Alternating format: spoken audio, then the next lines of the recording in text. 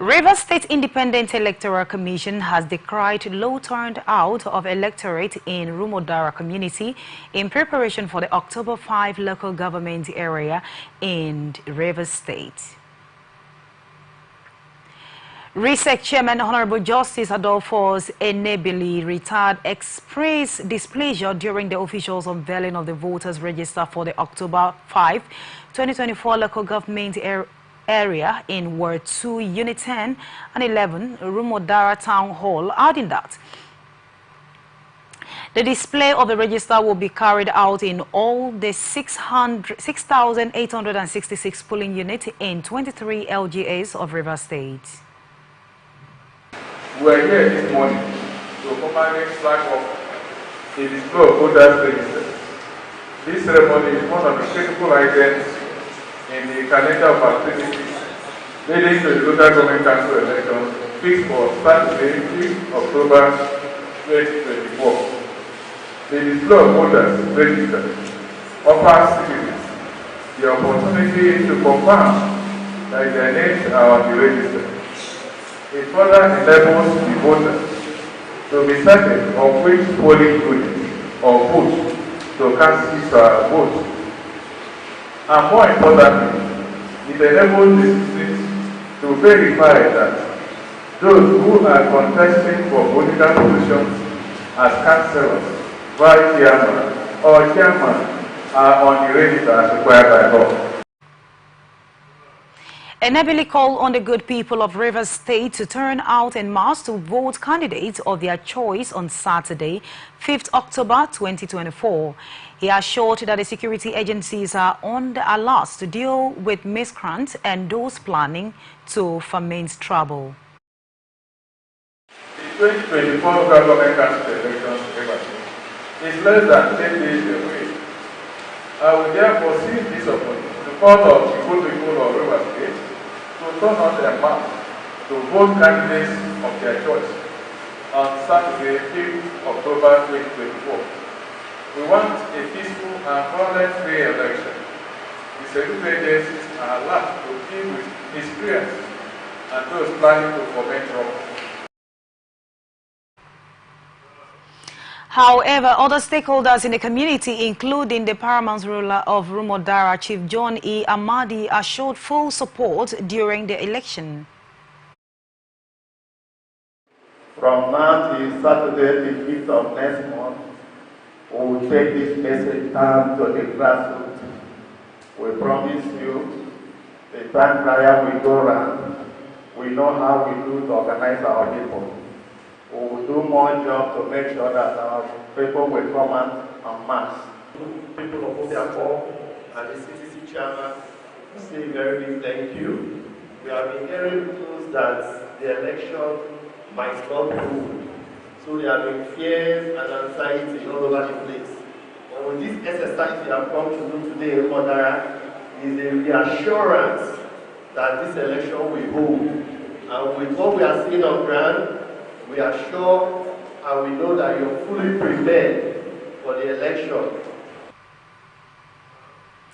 Analysts has extolled the People's Democratic Party in Rivers State for opening, including itself from the October 5 local government poll.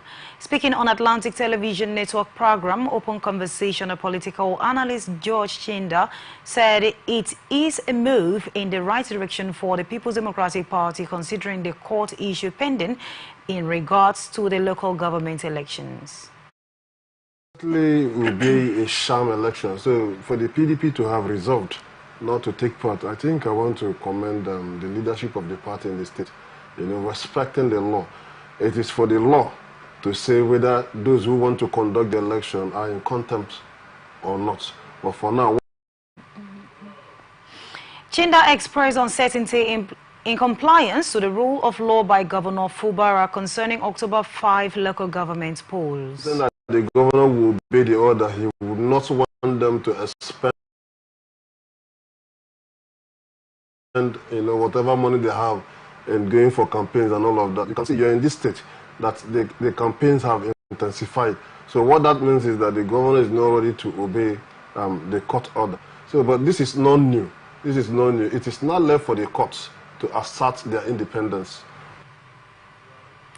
This is coming after the People's Democratic Party in Rivers State have stated its reason for boycotting the upcoming local government election schedule for October 5, while State PDP Chairman Aaron Chukwu Emeka cited an ongoing legal case initiated by the Tony Okocha-led faction of the All Progressives Congress APC as a key factor in the decision. Delta State Governor Sheriff Oberoweri has empowered 6,020 farmers with agricultural input to boost agricultural production and food security in the state. Speaking during the flag off of the disbursement of agricultural input to the beneficiaries under the Results Area 2 FADMA, Food Security of the Delta Community Action for Reliance and Economic Stimulus in Asaba, Oberoweri said that the gesture was to ensure sustainable food security in the state. He said agriculture remains a key pillar of its development strategy, and through its disbursement, government aims to enhance food production, increase households' incomes, and ultimately improve the livelihood of thousands of Delta people. The governor urged the beneficiaries to make use of the opportunity by utilizing the input effectively to improve their productivity and harvest and contribute to the growth of the agricultural sector in the state. Earlier in his remark, the Commissioner for Economic Planning and Chairman of the DCARE Steering Committee, Sonny Ekedayen, said 6,020 farmers were to be empowered under the Results Area 2, which is the food security competence of the DCARE's programs, adding that the agricultural sector remains an important pillar of the state economy. Independent National Electoral Commission has issued certificates of return to the Edo State Governor-elect Monday Okpeholo and his deputy Dennis Idoasa. The certificates were issued to them by the INEC National Commissioner in Edo State, Rhoda Gomez, on Thursday, 5 days after Okpeholo and his deputy were declared the winner of the poll. The insurance of certificate of return has officially confirmed Okpeholo and Idoasa as the governor and deputy governor of Edo, and Okpeholo will succeed Governor Godwin Obaseki, who will leave Osadebe House on November 11 after completing 2 terms in office. Okpeholo, the governorship candidate of the All Progressives Congress, was declared the winner of the tightly contested Edo governorship election, while the returning officer for the election and the vice chancellor of the Federal University of Technology, Mina, Professor Farouk Kuta, announced the result at the INEC Collection Center in Benin City. Okpeholo scored 291,667 votes, winning 11 out of the 18 local government areas in the state, and his closest rival, as well, Idohalo of the People's Democratic Party, obtained 274 votes, winning 7 LGS, while Labour Party's Olamide Akpata finished third with 22,761 votes. Akwa Ibom State Governor Umoino has empowered farmers across the 3 senatorial districts of the state with 12,000 bags of fertilizers and improved seedings to boost production. Eno, who disclosed this while flagging off the 2024 second planting season at Uran local government area, reiterated his administration's commitment to take agriculture to a levels where young people will see farming as a business, adding that with the flourishing agricultural ventilation, it was inconceivable for everyone not to plant at least what he or she consumes. He commended the Commissioner for Agriculture, Dr. Offiong Ofo, and the entire ministry for the passion they have exhibited in carrying out the agricultural renovation vision of government through the provision of farm inputs, seedings, fertilizer, and other tools that will ensure a bountiful harvest in the next season, and also applauded the Federal Ministry of Agriculture for partnering with the state to ensure that fertilizer, seedings, and other farm inputs are available. It is disclosed that machines for mechanization mechanizing farming will be available for farmers, adding that the state will continue to support genuine farmers and never again will resources be diverted or given to portfolio farmers. The governor appreciated different stakeholders in the agricultural sector for defying all challenges to be part of the flag off and direct the Commissioner for Agriculture, Dr. Ofo, to ensure that necessary support is given to genuine farmers in the state. Patient Umoino, wife of Akwa Ibom State Governor, Pastor Umoino, is dead. The State Commissioner for Information Ini Enobong, who announced the First Lady is dead in the press statement issued in the early hour of Friday, said the First Lady died at the hospital on September 26, 2024, surrounded by family members. The statement also said the family submit to the will of Almighty and asks for the prayers and support of kind-hearted individuals during this difficult time. His Excellency the Governor, Pastor Umoino, appreciated all who have stood by the first family in this period and assured all the citizens that despite the huge personal loss, his commitment to the service of the state is unwavering. Chairman of the Cross River State Independent Electoral Commission, Dr. Ekong Boko, says processes towards the conduct of the local government elections in the state began September 25, 2024. At a meeting with the leadership of all the political parties in the state in his office, Boko said the conduct of parties' primaries, including the resolution of disputes arising from the primaries, commenced as he was speaking and should terminate on October 25, 2024. He assured that all the registered political parties will be given a level playing field as well as a peaceful environment to achieve a credible and acceptable election in the state. However, People's Democratic Party Chairman Ventanius Ikem said they would have boycotted the election because of the hasty amendment of the law to conduct the election.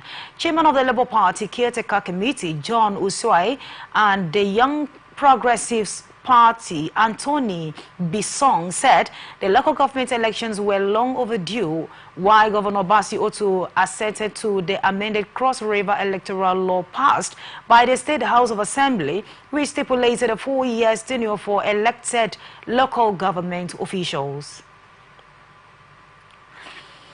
Rival National Chairman of the All Progressives Grand Alliance Chief Edozie Ojoko and Slay Eze Okunwa clash over the threat by Ojoku to suspend the Anambra State Governor Professor Charles Soludo and orders for alleged anti-party activities. Ojoku, who was in Abuja, issued a threat to suspend Soludo after attending a proceedings at the Federal High Court regarding a suit filed by those he described as Soludo's loyalists. But Eze Okunwa, media's head, described Njoku's threat to suspend Soludo as absorbed, insisting that his principal remains the authentic APGA chairman, while Njoku, who said the suit was made as scoring an interim injunction to stop the independent National Electoral Commission from recognizing him as the authentic APGA national chairman, said he was glad that Justice James Omotosho refused to grant the application. Njoku also said ahead of the off-cycle governorship election in the state in 2025, the party has no sole candidates for the election and doubt if Soludo could even emerge victorious from the party's primaries, adding that anyone interested in becoming the governor of Anambra State should come forward and go through the process, which, according to him, would be seamless. Attempts to get Soludo's reactions were unsuccessful as his press secretary, Christian Aburime, did not pick up calls. Anambra State government says it will start paying the new minimum wage of 70,000 naira from October. Governor Chukwuma Soludo disclosed this at a meeting with principals and head teachers in public primary and secondary schools at Professor Dora Akunyili Women's Development Center, Akwa. This is coming after Soludo has previously announced the free education policy for primary and junior secondary schools, adding that the state will maintain full free education for all primary pupils as well as junior and senior secondary school students. Anambra State Governor Professor Chikuma Soludo says 77 communities in the state lack public schools, and his administration is working to address the concern and provide options for Anambra people, assuring they continue to provide the resources for continuous learning by teachers. Who disclosed this at a meeting with the head of public schools in Anambra, said securing the future of the children is a collective effort to maintain fiscal sustainability. The governor enumerated the strata of his administration in all sectors of the state economy, including recruitment of 8,115 teachers, recruitment of over 1,000 doctors and health personnel, empowerment of 5,000 youth, and additional 8,000 youth in skill entrepreneurship scheme. A Human Rights Writers Association of Nigeria has warned that China could be taking over some assets belonging to Nigeria in no time. The rights group sounded the alarm over an alleged memorandum of understanding signed between the governor, Peter Mba-led government, and Chinese company, adding that such MOUs could lead to seizure of Nigerian assets in future if legal disputes over contiguous land in Enugu were not properly resolved. The rights group said it was deeply concerned that Mba recently entered into agreements with some Chinese companies while allegedly giving away the ownership of ancestral land in Ujuwaju Akwanawa, despite ongoing litigation over the land. Human Rights Writers Association of Nigeria warned the governor was allegedly undermining the rules of law by signing away the land to foreign companies while legal cases were still pending, adding that the association drew parallels to the similar incident in Ogun State involving former governor Senator Ibikunle Amosun, while reminding the people of the disastrous consequences when the Ogun State governor entered into a transaction with a Chinese company without federal authorization. It also called on the Federal Ministry of Foreign Affairs to clarify whether the Nigerian president was aware of the MOU signed by the Enugu State governor with Chinese companies, stressing that the president's visit to China coincided with Governor Mba's trap. Yet it has been. Federal High Court in Lagos has remanded Lagos drug baron Jamal Solomon, popularly known as Temo or Olowu Digede, following the arraignment by the National Drug Law Enforcement Agency over multiple drugs trafficking allegations. Temo, also referred to as Godfather and 001, is facing an amended 6 counts, including membership in a drug trafficking organizations, importing, processing, trafficking, and dealings in 704 kilograms of cannabis sativa, also known as Ghana Lord, and concealing illicit funds. The NDLS deputy commander and head of the legal department for Lagos, Lambert Noor, who prosecuted the case during the arraignment, told the court that Temo, along with 4 others currently at large, Ojo Emmanuel, Wasu Olayinka Silus, Tofik Noah, and Kazim, operated the drug ring between Nigeria and Ghana from 2020 to 2024.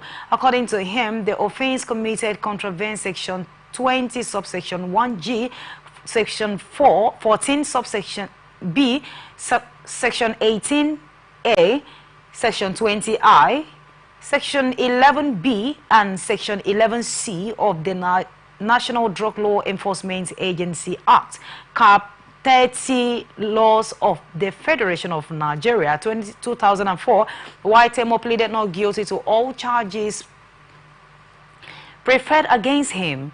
Temo's lawyer Benson Dakara, a former NDLA employee, accused the agency of conducting immediate trials against his client, while Dakara confirmed that a bail application had been filed but said that it would be moved at the later date, and also requested a day-to-day trials in line with Section 296 of the Administration of Criminal Justice Act 2015. Oyo State government has revealed the promotion of 1,629 workers, including nurses, who were adversely affected by administrative errors during the 2017 to 2020 promotion exercise. The government also approved 25 million naira as compensation for the composers of the state anthem, Asiwaju Niwa. A statement by the Commissioner for Information and Orientation, Dungtun Oyelade, after the State Executive Council meeting, said the government also approved the prayers of the State Head of Service, Mrs. Olubami Oni, for the reinstatement of 447 civil servants who were wrongfully dismissed from the service during the last administration. The release also said 124 workers sacked in 2012 has equally been pardoned, while the council upheld the dismissal of 823 workers laid off by the previous administration on the grounds of fake certificate submission, stressing that about 180 workers employed at the twilight of the exit of the last administration in 2019 had their termination approved by the council. Approving the compensation for the anthem composers, Governor Makinde acknowledged the initiative and foresightness of the wife of the former governor chief, Mrs. Florence Ajimobi, adding that the composers would be given a parcel of land each and have street names after them, while the Ministry of Information and Orientation would produce a documentary on the history behind the anthem. Oyo State Governor Seyi Makinde says his government has taken several actions to lessen the burdens of the residents and economic challenges facing the people. He said though the action and his engagement with residents by his administration, which enabled them to have input in the state budgets, the economic landscape had changed drastically over the last 5 years. The governor also said the 32-kilometer East Wing section of the Ibadan Circular Road spanning Lagos-Ibadan Expressway to Badeku village on Ibadan-Ile-Ife Road would be ready in 2025 and would be the first freeway in Nigeria. The governor, who discloses at the stakeholders' consecutive meeting on 2025 budget and unveiling of the Oyo State Agenda 2040, held at the International Conference Center, University of Ibadan, unveiled the 5 years medium-term development plan 2023-2027. Driven by the Ministry of Budget and Economic Planning and the United Nations Children Fund and the University of Ibadan Venture Limited, he said that the agenda is administration strategy was to focus on the avenues that would add value and create an environment for decent jobs for the people, adding that the 2024 budget had been 53% rather, and was looking forward to 90% implementation by the end of the year.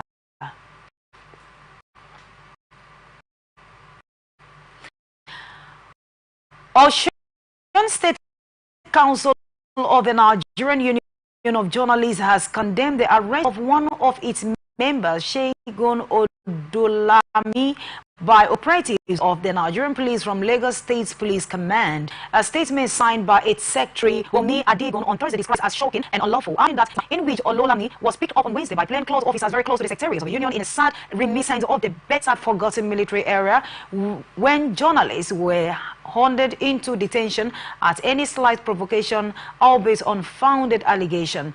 Odolami Said to be the publisher of a news junk online, was reportedly arrested on Wednesday by operatives of the Lagos State Police Command and demanded the immediate and unconditional release of the Segun Odulami was priority of the union, while a detailed explanation for the circumstances surrounding his adoption, as well as an investigation into the action of the police operatives, was ongoing. When contacted, the spokesperson of the Ogun State Police Command, Superintendent of Police Omolola Odotola, said that no official report has been made against the arrest of the judges, but that the command will swing into action to help locate his whereabouts. Meanwhile, the chairman of Ogun, Jewale Olarinwaju, with the kind of assistance of the State Police Command, the union has established contacts with the Special Fraud Unit in Lagos and have confirmed that the journalist is with them and might be arraigned either today or tomorrow in court. 5 persons involved in the Afia robbery incident have been found guilty of illegal possession of firearms, armed robbery, and culpable homicide. Justice Hema Selman of the Kwara State High Court said the offense were punishable by death. The incident happened in April 2018. Federal Capital Territory Muslim Pilgrim Welfare Board has asked intending pilgrim for 2025 Hajj exercise to make payment of 8.4 million as initial deposit.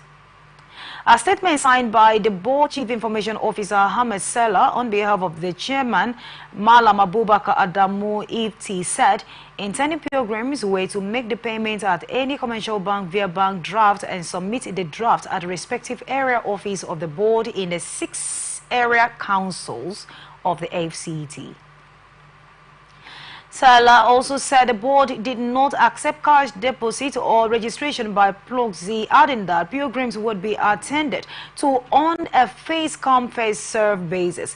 The statement said the prospective intending pilgrims are to submit the bank draft to the board's respective areas officers at the 6 area council in the prospective intending pilgrims are to note that the board does not accept cash deposit and does not entertain registration by Ploxy, strictly adhered to the principles of the first come, first served basis. FCT administration has begun the rehabilitation of 18 kilometer Nyanya Kashi Road by the order of President Bola Ahmed Tinubu. Honorable Minister of FCT Nyesom Wike, who disclosed this during the project site visit, said the road was not in good condition for use when he used it to Karachi for an inspection and should be given urgent attention. Yes, you know that what attracted me to that road, if you remember, when we came to this Karachi Aporo last time, we took that road and I saw how bad the road was, and I said, no, this is not acceptable to us. And we wrote to Mr. President, and he did the rehabilitation of that road, and we are doing it under emergency. And so we had to contact the SSC to see how they can rehabilitate that road. It's a 18-kilometer road, 18 kilometers. So, and we have street lights, you know, and they have given us 8 months to be able to complete that road. I know how important that road is. Look at so many agencies of government along that road. So if that road is being rehabilitated and then this road is also completed, then we are free to go. So that's why we are doing the president order that there must be emergency rehabilitation of that particular road. Wike, who loaded the ongoing Akpokara Road construction site, was unhappy because there was no improvement on the work done by the contractors since his visit to the site 2 months ago. But for love and passion for the residents of Abuja, he promised to release more money for the contractors to ensure completion of project by April next year. We believed that if the contractors are moved back to site, Obviously, we thought that within 7 months that they ought to have completed, but unfortunately, the contractors were not able to move to site because of some procurement processes.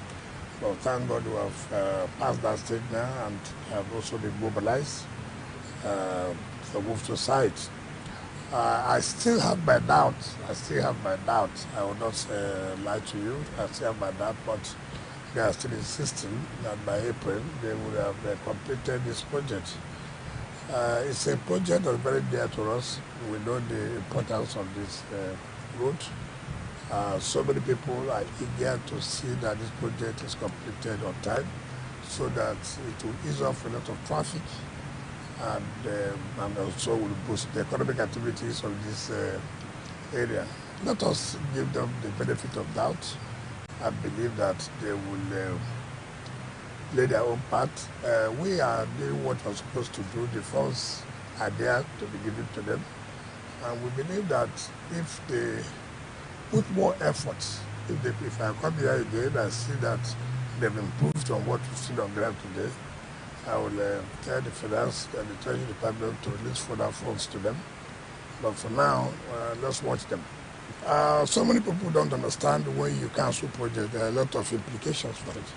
And so don't want to. There are financial implications, there are the legal implications, so many things. So what we are saying that we will continue to encourage the contractor to see that he finishes this project on time, because we are ready to have any problems on our own part. That's why from time to time I will come here to see that this project is completed on time.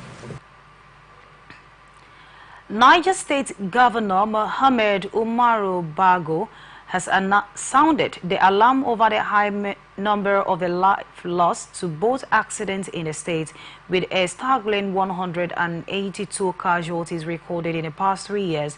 The governor, through his deputy, Comrade Yakubu Gaba, spoke at the 2024 World Maritime Day celebration and distribution of 33 FIBA glass boats held at the National Hydroelectric Power Producing Areas Development Commission headquarters in Minna. Decrying the situation, he said the huge number of loss government has incurred as a result of boat mishap in the state is unacceptable, and urged all work to talk to hurt the menace. Bago also commended IPADIC for their timely intervention, acknowledging that the gesture will greatly alleviate the suffering of the riverine communities, while reiterating the state government's commitment to ensuring the safety of island waterways for year-round transportation. Earlier, the managing director of the NIPADIC, Alhaji Abubakar Sadiq Yewell, explained that the 2024 World Maritime Day coincided with the commissioning of the fiberglass boat to be distributed to riverine communities along the rivers and lake of the hydroelectric dam across IPADIC member states, and also recalled that the painful loss of several lives in boat accidents, a development which caused untold hardship in the communities neighboring the Kaniji Lake between the vicinity of Shagamu of Borgu Emirate in Niger State and Wara of Yauri Emirate in Kebbi State. Benue State government says it has mobilized traditional rulers, religious rulers, media, and other critical stakeholders to ensure an effective emergency response to mitigate the effect of the impending flood disaster in the state. The collaborative effort among stakeholders is geared towards protecting lives and property by downscaling early warning and mitigation messages to the grassroots ahead of the flooding. A statement by the acting executive secretary of the State Emergency Management Agency, Sir James Irokpo, disclosed this when he led members of the Tactical Committee on the 2024 flood sensitization visit to Catholic Diocese of Otukpo, the Ek Idoma Palace in Otukpo, Benue State. He said that there was the need for SEMA and the diocese to engage in deeper collaboration, particularly in the areas of humanitarian response and disaster preparedness. In his remark, Bishop of Catholic Diocese of Otukpo, Most Reverend Michael Akpochi, thanked the team for the visit and reaffirmed the church's commitment to working closely with the government to provide necessary support to flood victims and acknowledge the role of the church in nations building and as a pillar in the community, capable of offering not only materials aid but also spiritual and psychological support to the people affected by disaster. He thanked the Ochoidoma for the consistent partnership, stressing that the tradition must raise awareness about disaster preparedness and foster peace between affected population and host communities. Benue State Governor Haisin Halia has promised to provide a level playing ground for all political parties participating in the forthcoming local government election. This is coming after no fewer than 8 parties are expected to participate in the elections slotted for October 5, 2024. Earlier, who spoke during the flag-off of the All Progressives Congress election campaign held in the Gabo pledged a free and fair election and represented by his deputy Sam Ode, the governor urged party supporters to work hard and ensure that the APC candidate won all the positions in the coming polls. In his welcome address, the APC Caretaker Committee Chairman Benjamin Omole said the committee had played a vital role in addressing the concern of aggrieved aspirants while ensuring that every voice was heard, and adding that the committee's efforts have been instrumental in fostering unity and understanding within the party. He said the state APC administration was committed to delivering their campaign promises and urged party supporters to come up en masse to October 5 and vote for all candidates of the APC for better service delivery and for the general good of the people. You are watching the transition on Atlantic Television Network. We return after this break.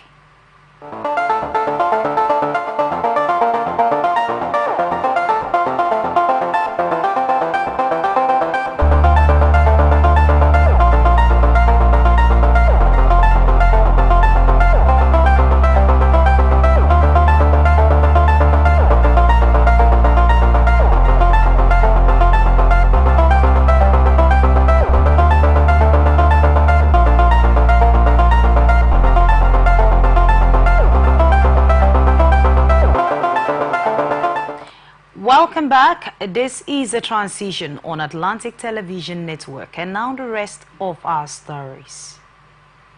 Spokesperson of President Bola Ahmed Tinubu, Bayo Onanuga, said the president has expressed his desire to reshuffle his cabinet before October 1, but has not given any timeline. He said some ministers are expected to be dropped, while some may be moved to another ministries. Onanuga also said the president has given an order to all his ministers at the last Federal Executive Council meetings to go out there and speak about the works and activities of his administration.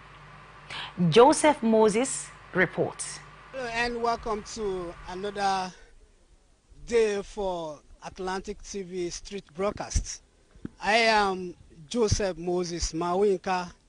In Abuja, we have come out to treat a topic that has to do with the presidency and the cabinet. And yesterday, the spokesperson of the president, Bayo Onanuga, says President Tinubu has expressed his desire to reshuffle his cabinet, meaning some ministers will be going while they will be replaced, and some ministers will be exchanged from their ministry to others.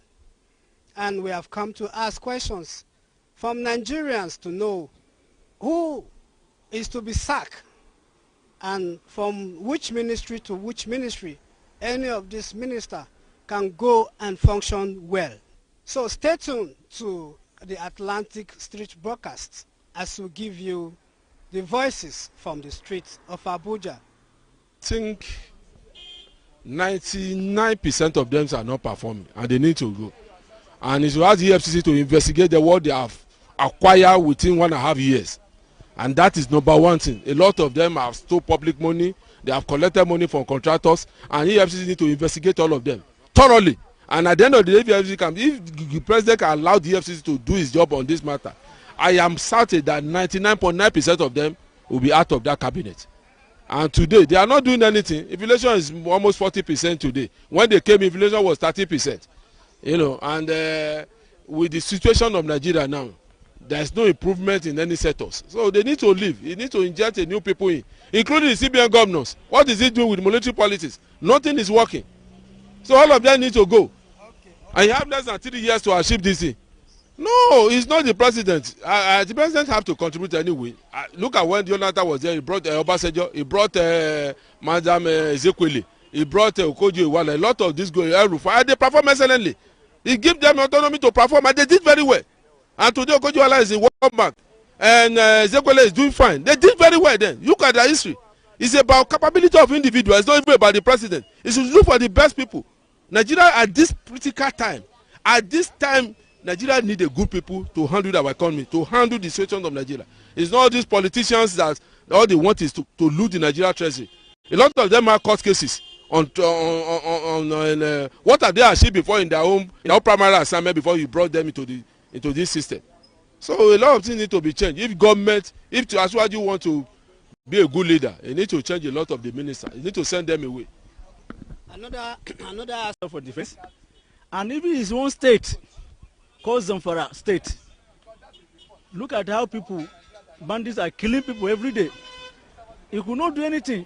So for me, even Tinubu should ask me as a person of my own opinion that which minister should they be sacked and replaced.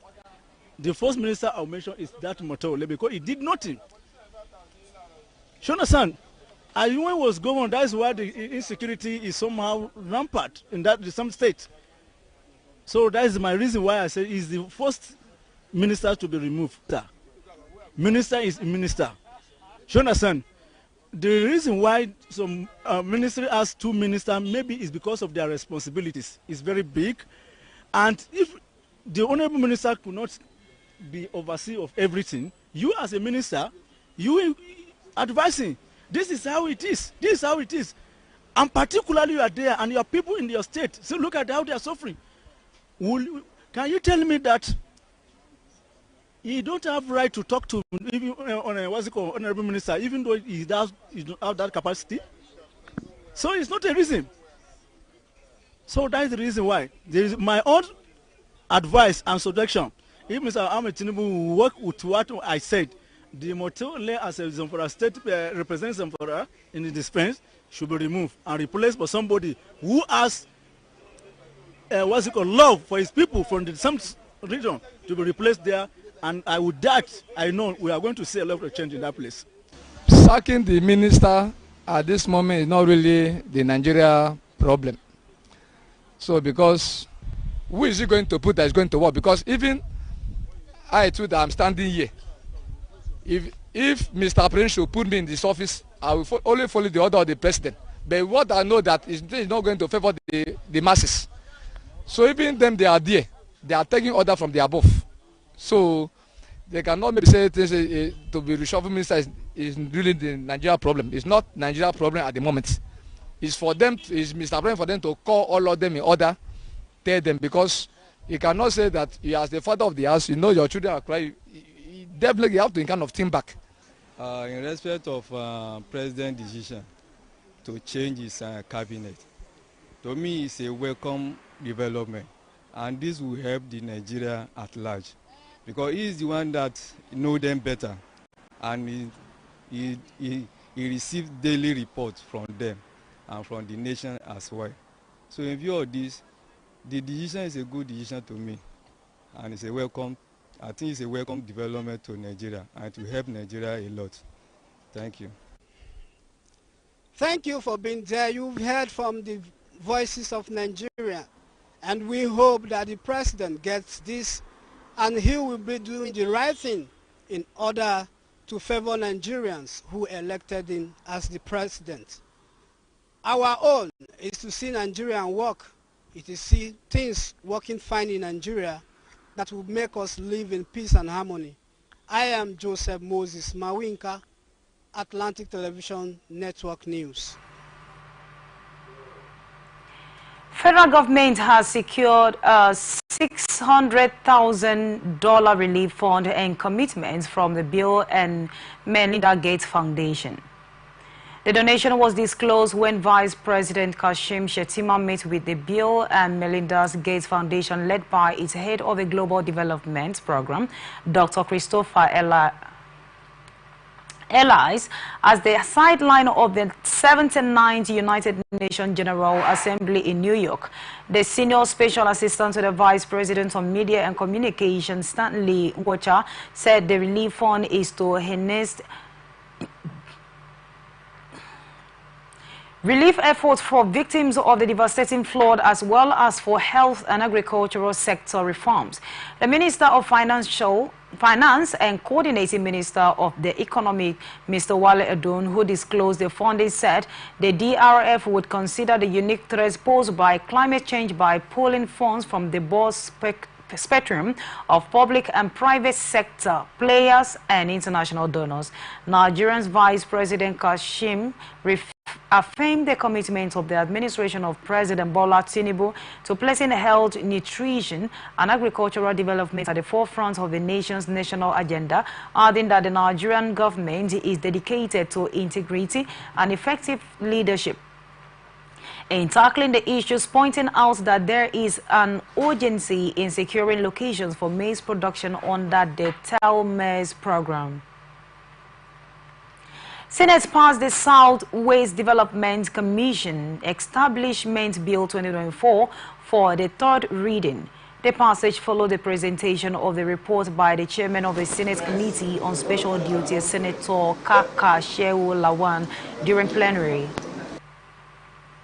In his presentation, Senator Kaka said the bill is designed to foster the socio-economic development of the Southwest region and will be used to address infrastructural deficits and tackle ecological challenges in the region. Following the presentation, the Senate moved into committee of the whole for the clause-by-clause consideration of the bill, after which it was passed for the third reading. While in his remark, the Deputy President of the Senate, Senator Barrow Jibrin, who presided over the section, commended the committee led by Senator Kaka for their effort, adding that the Southwest Development Commission, like similar commission recently established, will address both infrastructural and ecological challenges in the region.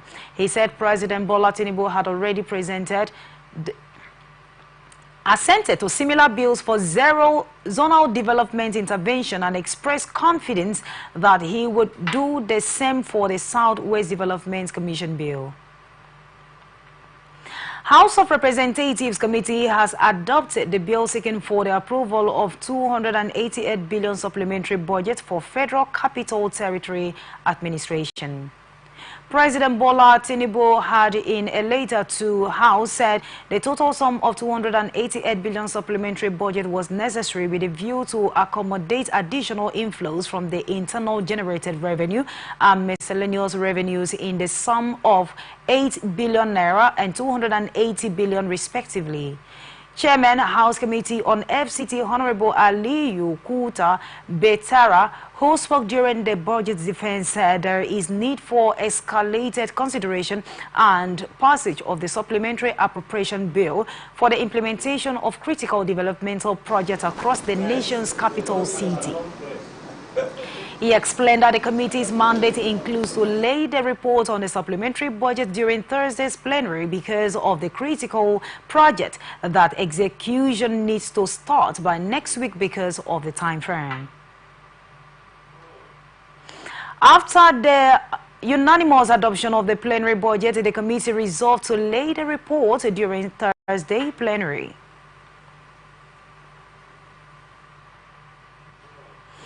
House of Representatives has resolved to probe the bribery allegation against the Economic and Financial Crimes Commission, EFCC, as well as the Nigerian Correctional Service following the disturbing and widely circulated publication amended from Martin Vincent Otis against the two government institutions.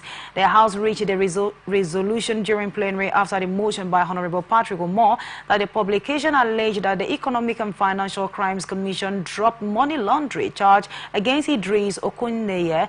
He said the publication alleged that Idris Okuneye, upon conviction for abuse and defacing of the naira by the court, did not serve his time at the Nigerian Correctional Service but was lodged outside the confine of the service.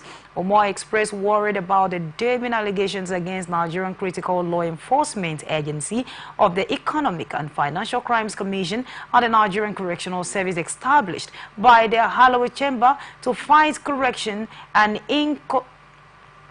incarcerate persons convicted of crime for correctional purposes, respectively. The negative image portrayed Nigeria as the corrupt nation, and Nigerians struggle to redeem itself from such perception. The urgent need to investigate the disturbing allegation of corruption against the Economic and Financial Crimes Commission, EFCC, and the Nigerian Correction Service to save Nigeria from ridicule. The House notes the disturbing and widely circulated publication emanating from Martin Vincent Otis, also known as Very Dark Man, against critical Nigerian law enforcement institutions, the Economic and Financial Crimes Commission, EFCC, and Nigerian Correctional Service. The House also notes the publication alleges that the Economic and Financial Crimes Commission, EFCC, dropped money laundering charges against Idris Okuneye, also known as Bob Risky, upon collection of the sum of 15 million naira. This House further notes that the publication alleges that the Idris Okuneye, upon conviction for abuse and defacing of the naira by the court, did not serve his time at the Nigeria Correctional Service, but was lodged outside the confines of the service. Disturbed about the damning allegations against Nigerian critical law enforcement agencies of the Economic and Financial Crimes Commission, EFCC, and the Nigerian Correctional Service, established by these hallowed chambers to fight correction and incarceration persons. The committee is expected to report to the House within 3 legislative weeks. Attorney General of the Federation and Minister of Justice Lateef Fagbemi has denied claims that the United States District Court authorized Leos E. Williams to seize $21 million from Nigerians' account with J.P. Morgan. The Ministry of Justice, in a state signed by the AGF, clarified that the incurrencies face published by an online media platforms were completely false, and criticized the reports for failing to seek the ministry's response, and challenged the media outlet to provide a copy of any U.S. court order related to the alleged seizure. It said the U.S. District Court had not authorized any seizure of Nigerian government funds, adding that the court decision of August 2024 would now proceed to substantive hearing. A British Nigerian businessman, William Enobira, had narrated that he was abused and defrauded by the Nigerian Domestic Intelligence Office in the 1980s and was demanding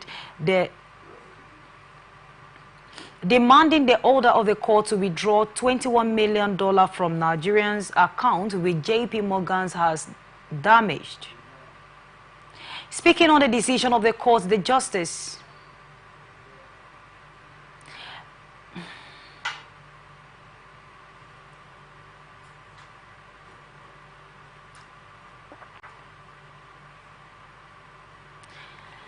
Ministry said the implication of the ruling remanded on August 21, 2024 is that the case would now proceed to substantive hearing on merit, wherein parties are required to present evidence and legal submissions in support of their case before the court will issue a final decision. And that's the size of the package. Thanks for joining us. I am Immaculate Irikana. Join us on Facebook and YouTube, Atlantic Television Network, Instagram and TikTok, Atlantic TV Network 1, X Atlantic TV Net. Also watch us live on our website, atlanticnetwork.tv. Remember that peace and unity are the pathways to progress. Good morning.